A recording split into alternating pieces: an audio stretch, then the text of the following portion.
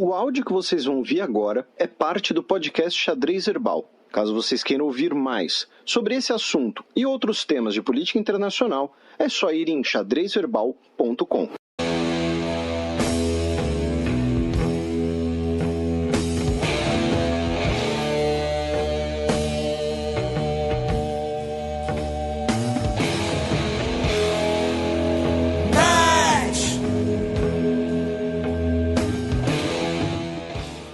Bem, Matias, e rapidinho antes da gente abordar aqui esse assunto, só para explicar, eu usei muitos condicionantes ao falar da Rua Toneleiro, porque até hoje é cercado de controvérsias, de teorias, porém a versão que eu contei é a versão mais consolidada, a mais provável, inclusive, né? Porém eu coloquei ali os condicionantes porque você até hoje tem muita discussão, muito debate sobre isso, a grande teoria é que não teve uma reconstituição, né, do que aconteceu, não teve ali uma acareação devida, enfim, só para esclarecer, já que até porque o programa não é sobre isso, né?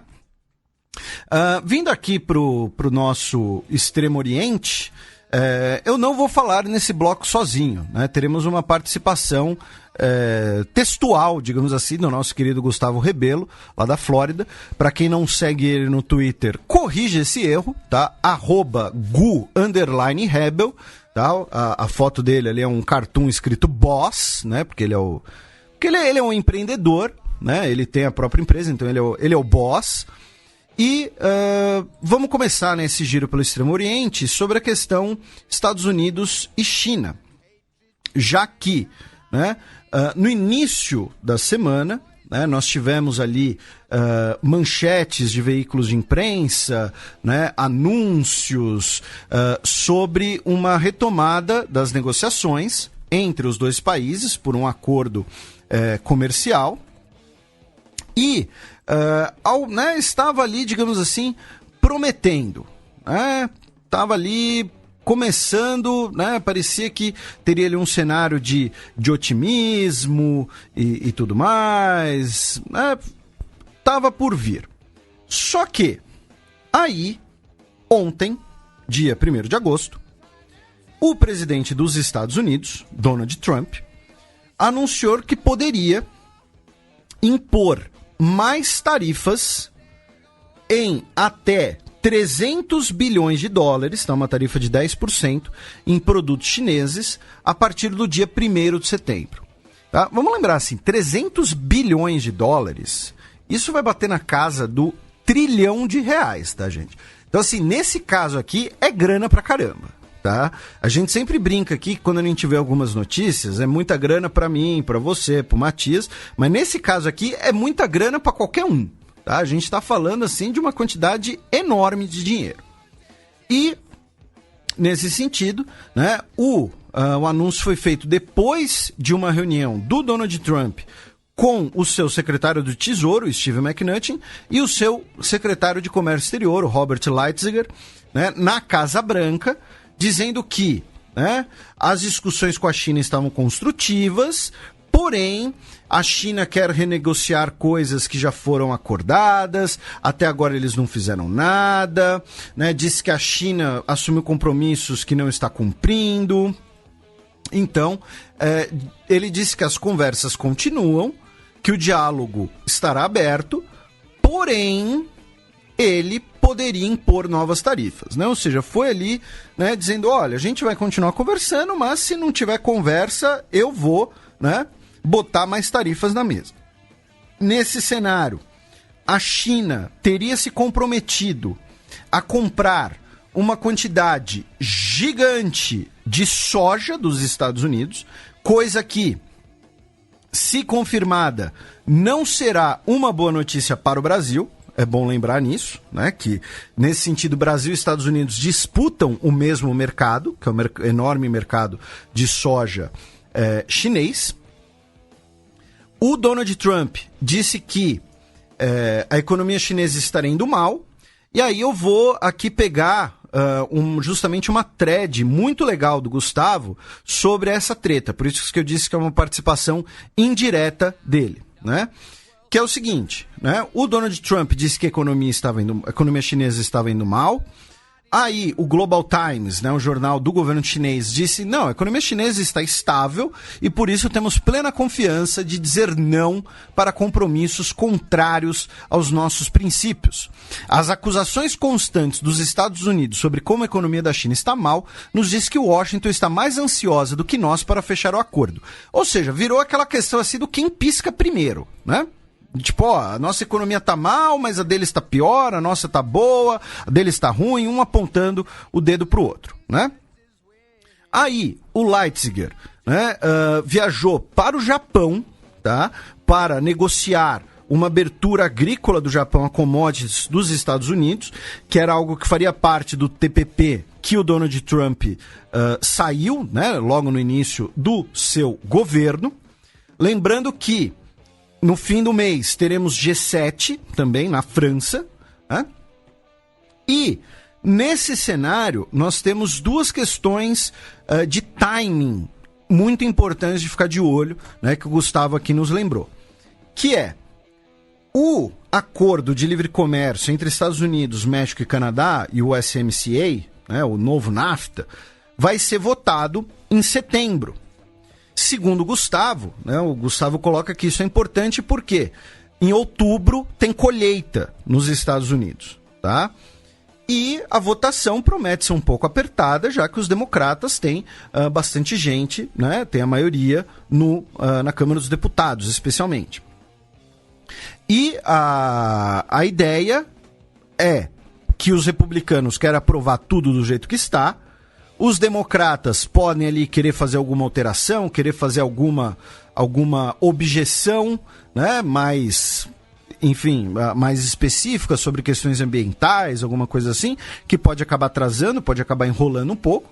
E tem aquela questão que o Trump já disse que ele pode simplesmente sair do NAFTA e deixar a votação rolando e implodir tudo, né? Deixar, né, criando ali, usando o termo do Gustavo, uma confusão dos diabos. E a segunda questão é que, no final do ano, nós teremos o risco da OMC parar de vez. Por quê? Cada caso da OMC precisa ter 3 juízes. Atualmente, a OMC tem 4 juízes. Tá? Então, assim, a OMC tem um juiz a mais do que o mínimo. Só que, no dia 11 de dezembro de 2019, a OMC vai ter apenas um juiz, já que os outros vão se aposentar. Então a OMC vai ficar completamente paralisada. Ela já está paralisada, quase morrendo. Em dezembro ela vai ficar completamente paralisada. E aí uma coisa que a gente já mencionou antes, em outros programas anteriormente, desde o governo dos Estados Unidos passado, por conta do entrever entre Estados Unidos e China, né, você tem uma grande disputa pela OMC. Na OMC, melhor dizendo, entre os países desenvolvidos e os países que querem maior representatividade dos países em desenvolvimento, como a China. E aí os Estados Unidos têm bloqueado, né, a nomeação de novos juízes. Então, nesse caso, corre o risco de, a partir do dia 11 de dezembro de 2019, a OMC não ter juízes. Para que você vai ter um mecanismo de solução de controvérsia sem juízes? Tá? É ter uma corte sem juiz. Tá? A OMC não é apenas uma corte, porém faz parte da função da OMC a questão da solução de controvérsias e de retaliações comerciais. Tá? Então, junto com isso, em 2020, o governo dos Estados Unidos pode votar se deseja permanecer ou não na OMC. Tá? E diante da sua eleição, o Donald Trump bate muito na ideia do OMC. Né? Então, por exemplo, um tweet aqui do dia 26 de julho do Donald Trump. A Organização Mundial do Comércio está quebrada em maiúsculas. Quando os países mais ricos, em maiúsculas, do mundo, reivindicam ser países em desenvolvimento para evitar as regras da OMC e ter tratamento especial. Nunca mais, nunca em maiúsculas. Hoje eu ordenei ao representante comercial dos Estados Unidos para tomar providências para que esses países parem de trapacear, em maiúsculas, o sistema aos custos dos Estados Unidos. Tá? Então, no fim das contas, o que isso quer dizer?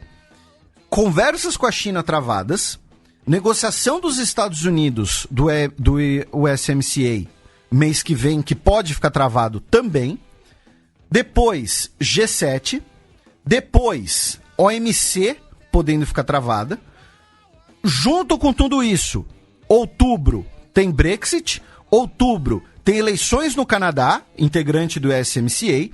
Então, assim, os próximos meses vão ser decisivos para o governo dos Estados Unidos, para as relações internacionais dos Estados Unidos, para as relações Estados Unidos e China e para a economia mundial, porque a gente está falando da economia dos Estados Unidos. Com todo o respeito, a gente não está falando da economia do Sri Lanka, tá? Todo respeito aos nossos ouvintes de Sri Lanka, né? Nós estamos falando da maior economia do mundo. Caso a gente não conte a União Europeia como uma coisa só, né? Ou o poder de paridade de compra, que aí a China, né, segundo algumas estimativas, já superou. Estamos falando do país que emite a moeda mais usada no mundo, que é o dólar. Então, os próximos meses podem ser bastante complicados nesse cenário comercial mundial, começando por essa treta Estados Unidos e China, né? Por isso que isso tudo está aqui nesse bloco sobre Ásia para começo de conversa, né? Então, essa semana tivemos o retorno, né, da delegação dos Estados Unidos que estava na China, em Xangai, né, negociando essas questões, que aí teve a acusação do Trump de que a China estava tentando renegociar coisas que já haviam sido negociadas, que já haviam sido acordadas, né? E, então, assim, o cenário nas próximas semanas você tem duas possibilidades. Um é um efeito dominó, digamos assim, positivo, que é Estados Unidos anuncia acordo com a China, Estados Unidos anuncia, né, a Câmara aprova a SMCA, no G7 tudo corre bem, o Brexit vai ocorrer com acordo, e aí deixam de travar o OMC, ou um efeito dominó negativo, que não vai ter acordo, vai ter mais taxação, vai ter mais incerteza no mercado internacional, não tem o USMCA, aí tem eleição no Canadá, que complica ainda mais a situação sobre o USMCA, aí tem um Brexit sem acordo traumático, o OMC trava de vez. Tem essas duas possibilidades, tá? Então, assim, os próximos meses vão ser uma montanha-russa de emoções, tá? Fiquem sintonizados no Xadrez Herbal. E nesse caso aqui, o Xadrez Herbal a gente costuma falar mais de história e política por conta da nossa formação, mas ele vai ser interessante, inclusive, para ir para o pessoal que é economista, para o pessoal que é investidor, o pessoal que mexe com commodity, trader, né? Porque vão ser altíssimas emoções, tá? E, repito, sigam o Gustavo, porque ele além de estar, né, no olho do furacão, mora nos Estados Unidos, a empresa dele é nos Estados Unidos, ele também entende dos Paranauê, usando aquela expressão que parece que é do século passado, mas que, né, porque a internet ela deixa as expressões obsoletas muito rápido, tá? Aproveitando, tá, para fazer aqui um pequeno jabá, tá, um jabá assim, sem remuneração. Teve uma entrevista com o economista Romi Karas, né, ex-diretor do Banco Mundial, realizada pelo Fernando Canzian na Folha de São Paulo. Uma entrevista que está bem legal. Lembrando que assim, eu odeio a Folha de São Paulo, Felipe, legal, mas uma entrevista você vai ler o que aquela pessoa está falando, né? E ele coloca ali, né, inclusive a manchete, né, políticos usam caricaturas da globalização para ludibriar eleitores, né? Então, em meio a essa discussão, em meio, né, toda essa questão que você tem, né, sobre globalismo, globalização e tudo mais, enfim, é uma entrevista interessante com alguns argumentos ali interessantes. Aí, agora a gente vem para algumas outras notícias, né, começando pela China. Depois da China a gente vai para Hong Kong, de Hong Kong a gente vai para a Índia, da Índia a gente vai para a Coreia, tá? Não vai fazer muito sentido. A gente, né, não vai fazer muito sentido o tour, mas tudo bem, acontece.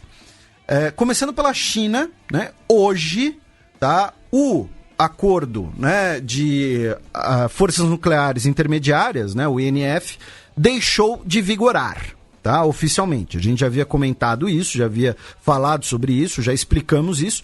Ah, Felipe, eu sou 20 novo, não sei do que se trata, mas esse acordo não é Rússia e Estados Unidos? Por que você está falando disso sobre a China? Porque o interesse dos Estados Unidos ao sair desse acordo não era em relação à Rússia, era em relação à China. Fazendo uma breve recapitulação. Esse acordo é um acordo do período final da Guerra Fria, 87, entre o governo Reagan e o governo Gorbachev, que, como o próprio nome diz, bania mísseis de alcance intermediário da União Soviética e dos Estados Unidos. Os mísseis de alcance intermediário foram banidos especialmente porque eles são os que dariam mais dor de cabeça, tá? Porque são aqueles mísseis que você não tem tempo de reação e ao mesmo tempo você precisa colocar eles perto do seu alvo, né? Como o próprio nome diz. Então, são os mísseis que os Estados Unidos colocou na Turquia e a União Soviética protestou, e os mísseis que depois a União Soviética colocou em Cuba e os Estados Unidos protestou.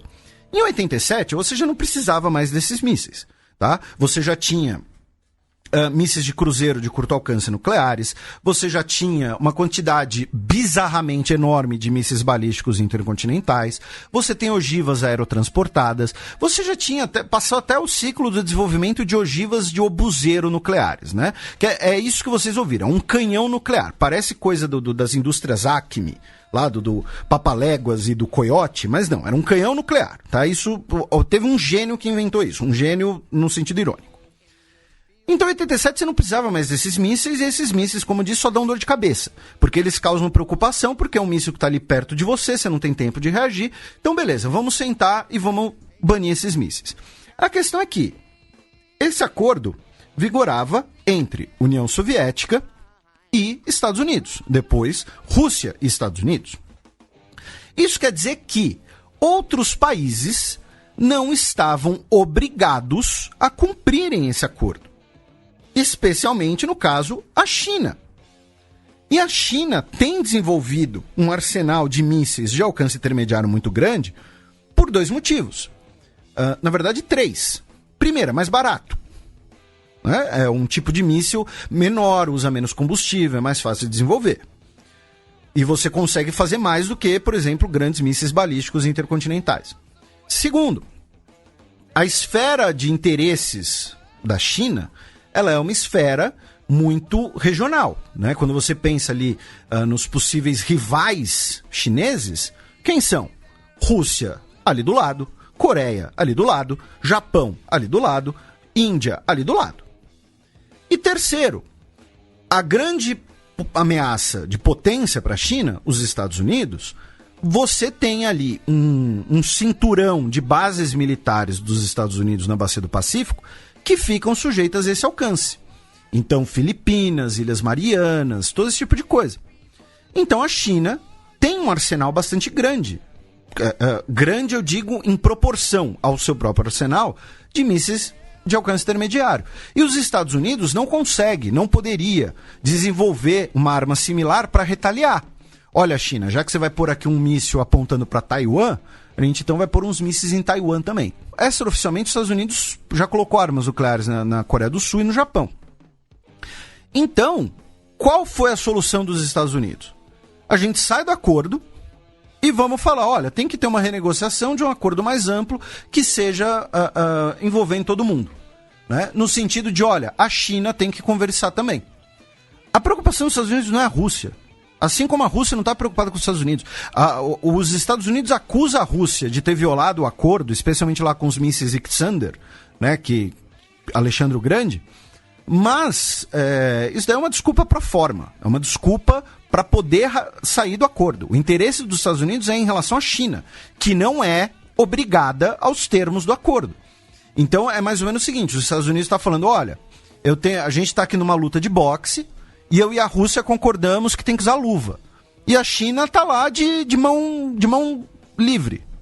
Entendeu? É mais ou menos isso. O interesse dos Estados Unidos ao sair desse acordo não é ser malvadão, não é uma corrida armamentista nuclear mundial, não é o Trump querendo o fim do mundo, alguma coisa assim. Não. É botar a China na mesa para ambos seguirem as mesmas regras. Ou então, se a China não quiser sentar à mesa para seguir as mesmas regras,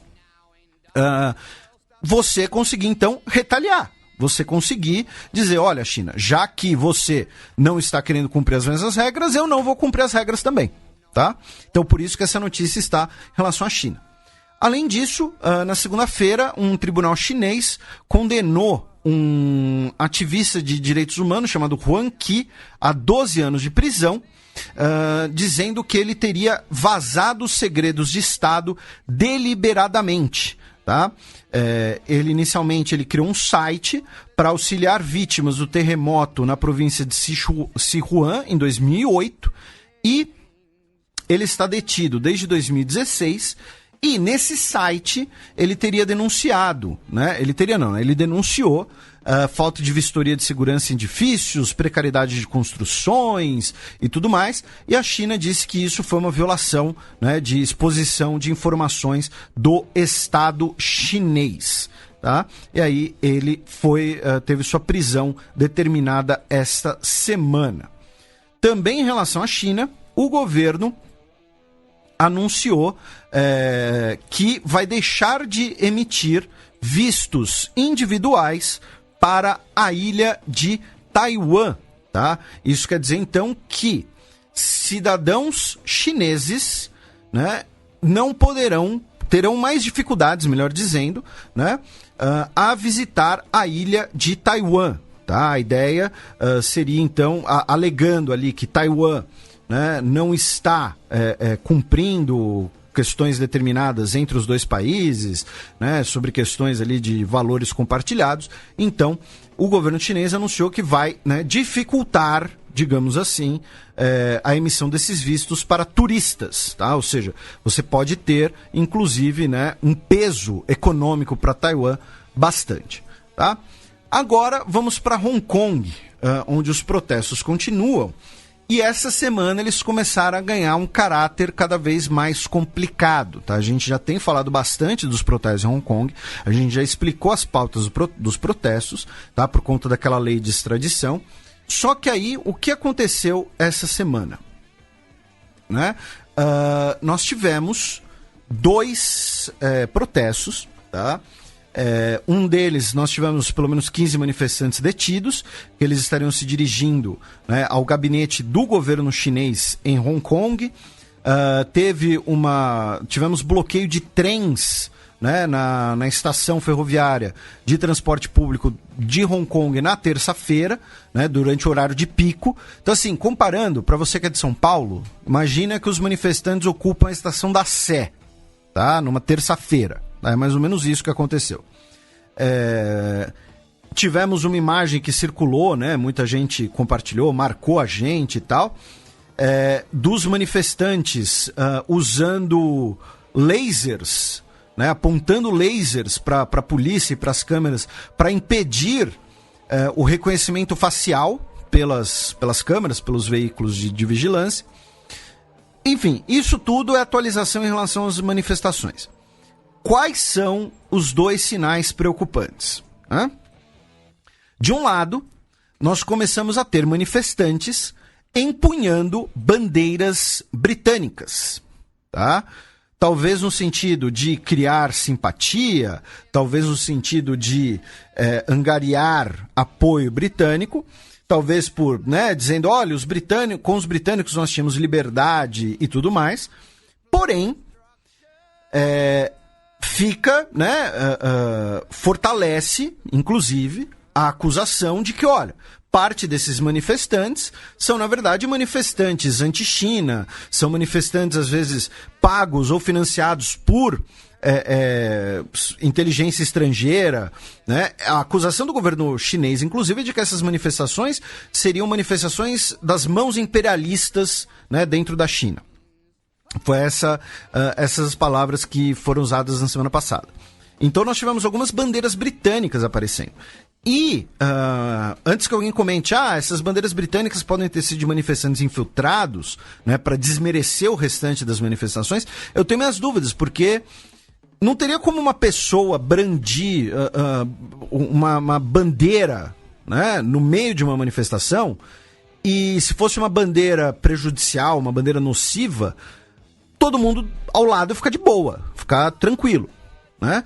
Então, ou seja, você tem agora os próprios manifestantes, ou pelo menos parte deles, né, subindo um pouco a imagem, digamos assim, dos protestos. De olha, não queremos China, queremos Reino Unido, então o Reino Unido nos ajude. Né? Assim como lá no G20, a gente mencionou, o governo britânico já havia se pronunciado sobre Hong Kong, dizendo que a China deveria cumprir o acordo, né, de transferência dos territórios. O outro sinal preocupante foi que o exército chinês lançou um vídeo, né, na quarta-feira, por conta do 92º aniversário do exército chinês, né, o exército da República Popular da China. Até aí, ok, né, aniversário do exército, você teve lá um vídeo e tudo mais, e aí o comandante da guarnição do exército popular chinês, né, o Exército de Libertação Popular Chinês, em Hong Kong, o Shen Daoxiang, disse que o exército está pronto para proteger a soberania nacional, a segurança, a estabilidade e a prosperidade de Hong Kong. Até aí, tudo bem. Só que no vídeo, né, que vocês podem assistir aí tranquilamente nas internets, você tem ali cenas da marinha chinesa, você tem cenas ali de treinamentos, disparos e tudo mais, aquela coisa que parece trailer de filme de ação, como né, quase todas as Forças Armadas fazem, né? Você tem lá cenas de formatura de oficiais, aí pais orgulhosos e tudo mais, só que tem um determinado momento que você tem no vídeo um ensaio, tá? Por volta ali de 1 minuto, que você tem um ensaio de uma operação anti-manifestações, né? Com canhão de água, com escudos ali, tudo mais, dispersão de manifestações. E nesse momento do vídeo, você tem um oficial chinês que pega um megafone, né? E, assim, como parte do treinamento, ele fala, né, que todas as consequências são sob seus próprios riscos, né? Como se fosse ali, né? Parte do treinamento é dar um ultimato às manifestações e esperar os manifestantes se dispersarem. Qual a pegadinha, né? Qual a questão? Esse oficial que participa desse trecho do vídeo falando isso, ele fala isso em cantonês, que, como a gente já mencionou anteriormente também, é o idioma mais falado em Hong Kong. E não é o idioma mais falado na China, propriamente dita, né, na República Popular da China. Então, assim, por que essa frase em cantonês nesse vídeo? Aí já começaram, né, diversas interpretações de que seria um recado. Aí tem manifestantes dizendo que é uma ameaça, que o exército chinês pode intervir, pode ocupar Hong Kong, enfim, norma ali da preservação da ordem e tudo mais. O comandante da guarnição, obviamente, disse que eles estão, né, apoiam completamente a governadora Carrie Lam e tudo mais. Então, assim, tá um risco, né, ali de uma escalada de tensões muito forte, uma escalada de não é nem de narrativas, mas de discursos muito forte, que vai gerar mais apreensão. Vejam, a gente não está dizendo que o exército vai ocupar Hong Kong, né? Eu não tenho como dizer isso, não tenho como cravar isso, nem que os manifestantes são agentes britânicos. Só que a presença desses símbolos, a presença dessa retórica, ela pode causar uma bola de neve. Essa é a questão, né? Você dar bandeira, né? Dar margem para o azar, digamos assim, tá? Então a situação em Hong Kong continua tensa e é um tema que talvez a gente volte a tratar em breve, inclusive talvez a gente converse com um brasileiro que está lá em Hong Kong, tá? Agora a gente vai para a Índia com algumas breves notícias, só para registrar. Uma notícia boa é de que a população de tigres na Índia subiu 33% nos últimos 4 anos. Né? Em 2006, a população nativa de tigres indianos chegou ao seu menor número registrado. Em 2006, nós tínhamos apenas 1.411 tigres. Esse número passou em 2015 para 2.226 e esse ano para 2.967. Ou seja, estamos aí quase chegando em 3.000 tigres selvagens. Esse levantamento é feito a partir de 350 mil imagens tiradas por 26 mil câmeras distribuídas por 380 mil quilômetros quadrados em regiões de preservação animal. Tá? Então, assim, tem bastante dado. Acho que é confiável, não tem por que desconfiar aí do censo, né, chinês, do censo indiano, desculpem, sobre os tigres, certo? Então, e o governo comemorou e tudo mais. Aí, nesse sentido, né, nós tivemos ali uma jogada de marketing, né, essa coisa que a gente já comentou aqui algumas vezes, né, dos líderes internacionais seguirem a moda do Putin, né, de ir sem camisa pro mato e tudo mais. O Narendra Modi, primeiro-ministro da Índia, participou, né, gravou programas do Homem versus a Natureza, o programa do Bear Grylls, né, que é conhecido por ser vários memes, e também é conhecido porque nos intervalos da gravação, ele e a equipe dele comem, sei lá, pedem lá pelo aplicativo, entendeu? Eles não ficam o tempo todo no meio da natureza, né? Mas, de qualquer maneira, o Narendra Modi participou, né, do programa, e a ideia, segundo o Narendra Modi, é que o programa vai destacar as belas paisagens e os poderosos rios, né, da Índia e tudo mais. Não sei se teve, né, algum investimento do Estado indiano nisso, se é propaganda, ou se assim, vai ter um programa de qualquer jeito, né, na Índia, vamos chamar aqui o primeiro-ministro e tudo mais, né?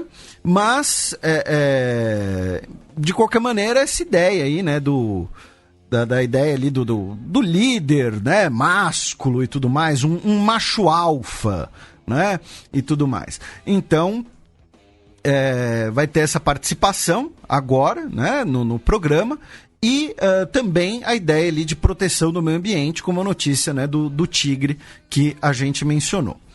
Além disso, o partido do Modi, o BJP, expulsou um integrante do partido, tá? Um parlamentar do partido, o Kuldep Singh Sengar, que foi acusado de ter violentado sexualmente uma adolescente, tá? E detalhe, essa vítima, tá? Ela sofreu um acidente automobilístico, ela está em estado crítico no hospital e, além disso, ele é acusado de ter ordenado o acidente, que aí vira acidente entre aspas, né? Porque imagens de câmera mostram que o carro em que ela estava com 2 parentes do advogado foi atingido por um caminhão que estava com as placas pintadas. Sim, pegaram lá um spray e pintaram por cima da placa do caminhão. Os 2 parentes dela faleceram. O advogado também está seriamente ferido, tá? E o BJP, então, decidiu expulsar, já que inicialmente ele havia sido permitido, né, a permanecer no partido, porém depois do, entre aspas, acidente, né, decidiu expulsar o parlamentar, tá? E, além disso, também na Índia, um dos principais homens de negócios, o VG Siddhartha, fundador de uma rede de café chamada Coffee Day, ele foi encontrado morto, tá? Depois, ele foi encontrado morto num rio, tá? Depois de ter encontrado uma carta, tá? Falando sobre problemas financeiros e, aparentemente, né, ele teria se suicidado. Porém, a polícia também trabalha com a hipótese de que ele estaria devendo dinheiro para, talvez, agiotas, enfim, ali, empréstimos feitos de forma ilegal, e, por conta disso, ele teria sido morto, tá? Então, um crime aí que está sendo debatido. Essa rede que é a maior rede de cafés da Índia, tá? São 1.700 lojas. Tá? E além da Índia, também está presente na Malásia, no Egito, na República Tcheca e na Áustria. Então, é uma morte de que chama muita atenção, né, da mídia e das autoridades. Vamos ver aí como é que vão ser essas questões. Finalmente, na Península Coreana, nós tivemos, primeiro, a Coreia do Norte realizando mais 2 lançamentos de projéteis essa semana, tá? Primeiro, noite do dia 30, tá? Terça-feira, e outro agora, dia 2 de agosto, tá? Já, no nosso horário, já era 2 de agosto, tá? Então, tivemos em uma semana, tá? Basicamente, um pouco mais de uma semana, em 10 dias, nós tivemos 3 lançamentos de projéteis pela Coreia do Norte, tá? Nesse caso, dos de hoje, do dia 2, segundo a Coreia do Sul, teria sido um novo modelo de míssil de curto alcance, tá? E na terça-feira, os lançamentos teriam sido de armas táticas, ou seja, armas de curto alcance também, e talvez não mísseis, né, balísticos, talvez foguetes, enfim. Foguetes eu digo, né, de uso restrito. Né? A diferença em inglês entre rocket e missile, né? Fica mais claro. Então, a Coreia do Norte realizou esses disparos. Sobre esses disparos, eu mantenho todos os comentários que eu fiz na semana passada, tá? Sobre os potenciais motivos da Coreia do Norte de fazer isso, sejam questões tecnológicas, sejam questões de uma pressão política, e junto com isso, o Japão concretizou essa semana a sua ameaça, né, de remover a Coreia do Sul da sua lista de parceiros comerciais confiáveis, tá? Isso vai restringir as exportações de tecnologia e de produtos sensíveis do Japão para a Coreia do Sul. Isso pode afetar, inclusive, a indústria tecnológica da Coreia do Sul, tá? E o Japão alega que tomou essa medida por preocupações de segurança nacional e porque o governo da Coreia do Sul tem controles de exportação inadequados, tá? A gente já havia comentado isso alguns programas atrás. E assim, nós temos 2 possibilidades, tá? De que explicam essa questão. A primeira delas é, se a gente olhar apenas no aspecto comercial, tá? A ideia de que o Japão, a economia japonesa, vê ali uma ameaça, né, vinda da Coreia do Sul. Então falou, ó, a Coreia do Sul está aí fabricando smartphone, smart TV, smart tudo, só que eles usam chip japonês. Então vamos parar de fornecer o chip e eles vão parar de concorrer com a gente. As empresas japonesas vão ter mais espaço. A segunda questão é a questão geopolítica, que aí eu acho que também entra, que é o seguinte, todo mundo está falando do ponto de vista geopolítico no sentido de que, olha, Japão e Coreia do Sul são ambos aliados dos Estados Unidos contra a Coreia do Norte. Então isso pode prejudicar as relações ali na região. Também. Mas quando o Japão alega um problema de segurança nacional e diz que a Coreia do Sul teria um controle de exportações fraco, eu acredito, tá? Isso aqui é instinto, que possa ter alguma coisa a ver com as conversas entre as duas Coreias, possa ter alguma coisa a ver com o complexo industrial na fronteira entre as duas Coreias que está para ser reativado, pode ter a ver no sentido de que, olha, o que a gente está mandando para a Coreia do Sul corre o risco de ir parar na Coreia do Norte, ou melhor, já pode ter parado na Coreia do Norte.